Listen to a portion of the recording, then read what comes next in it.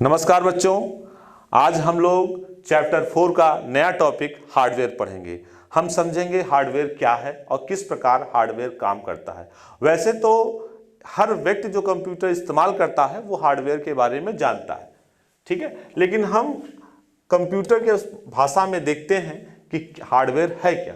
तो कंप्यूटर एक यंत्र है, बिल्कुल सही बात है, हम सभी लोग जानते हैं कंप्यूटर एक मशीन है। आगे बात करते हैं कंप्यूटर के मशीनरी भाग को क्या कहते हैं, हार्डवेयर कहते हैं, ठीक है। कंप्यूटर का दूसरा भाग जो सेकंड पार्ट है वो क्या है, सॉफ्टवेयर है। सेकंड पार्ट क्या है, सॉफ्टवेयर है। अब हम सॉफ्टवेयर की बात करें तो सॉफ्टवेयर की मदद से ही कंप्यूटर हार्डवेयर को निर्देश देता है, यानी सॉफ्टवेयर ही कंप्यूटर हार्डवेयर को निर्देश देता है।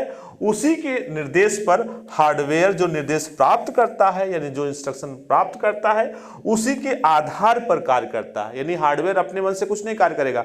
हार्डवेयर यानी प्रिंटर है, प्रिंटर को हमने कहा प्रिंट करिए, तो जब प्रिंट का कमांड जाएगा और कितना पेज प्रिंट करना हो तभी तो प्रिंट करेगा। सेम उसी प्रकार स्कैनर के साथ भी होगा कि स्कैनर को हमने कहा स्कैन करो, तो जब ये कमांड देता कौन है, ये कमांड देते हैं सॉफ्टवेयर। हार्डवेयर के बारे में और समझना चाहें तो कह सकते हैं कि हार्डवेयर कंप्यूटर का वह भाग है जिसे हम देख सकते हैं और छू भी सकते हैं। बिल्कुल लेमैन भाषा में हम समझते हैं कि हार्डवेयर क्या है, कंप्यूटर का वह हिस्सा जिसे हम देख सकते हैं और छू सकते हैं, वो क्या कहलाता है, हार्डवेयर। ठीक, अब हम एग्जाम में पूछे जाने वाले कुछ प्रश्न पूछे आते हैं, उनसे संबंधित बात करते हैं। जैसे एक क्वेश्चन पूछा आता है डिबगिंग है, डिबगिंग, डिबग मतलब होता है कि एरर, और डीबग का मतलब उल्टा, यानी अगर हमने बग को हटाया तो वो डीबग है। यानी इसको क्या कर सकते हैं, सॉफ्टवेयर प्रोग्राम में त्रुटियों की जांच करने की प्रक्रिया। यानी अगर सॉफ्टवेयर में कोई एरर है उसको हम चेक करते हैं, उसको बोला जाता है डिबगिंग। बिल्कुल समझ में आ गया होगा, आई होप, आसान है, ठीक है। दूसरा टॉपिक दूसरा है किसी प्रोग्राम से त्रुटि हटाने को कहा जाता है। सेम उसी चीज की बात की गई है कि अगर एरर है, एरर को हटाना है तो उसको क्या कहते हैं, डिबगिंग कहते हैं। ठीक, बताया मैंने कि बग मतलब एरर और डीबग मतलब उल्टा हटाना। आगे बात करते हैं, सॉफ्टवेयर कोड के त्रुटियों को जांचने की प्रक्रिया कहलाती है। जांचना यानी चेक करना, दैट इज द डिबगिंग, बिल्कुल सही।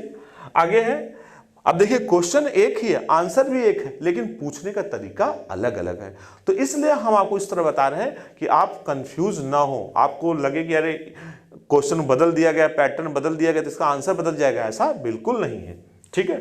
तो तर्कसंगत त्रुटियों के विलोपन की प्रक्रिया को कहते हैं, ठीक है। तर्कसंगत यानी लॉजिकल, इस बात को चेक किया जाए, दैट इज द डिबगिंग।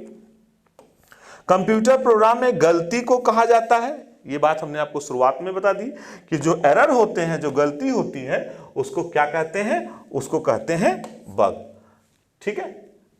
आगे देखते हैं, ये एक फाइल के स्थान को दर्शाने वाले पाथ को परिवर्तित करके कंप्यूटर की निर्देशिका को संक्रमित करता है।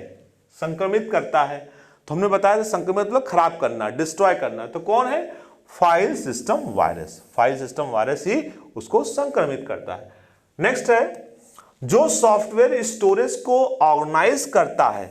अब बात हो रही है सॉफ्टवेयर की।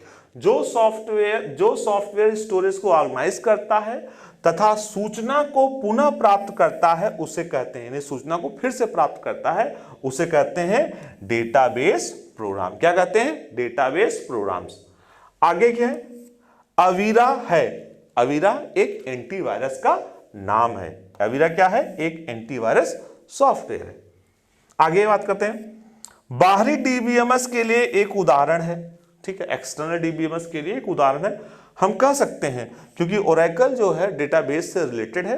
वैसे आपको बता दूं कि ओरेकल वर्ल्ड की सेकेंड लार्जेस्ट कंपनी है जो कि डेटाबेस पर काम करती है, ठीक है। आगे है, वर्ड प्रोसेसिंग, स्प्रेडशीट और फोटो एडिटिंग उदाहरण है।